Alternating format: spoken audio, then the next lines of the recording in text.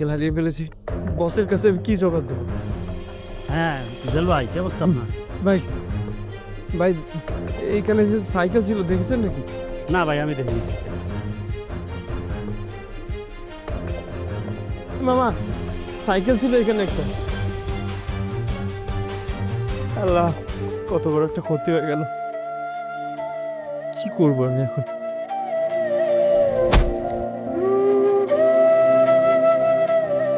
আল্লাহ, আমার কত বড় একটা ক্ষতি হয়ে গেল। আমি এখন সাইকেল কোথায় পাবো? আমার বসকে কি বা জবাব দেবো?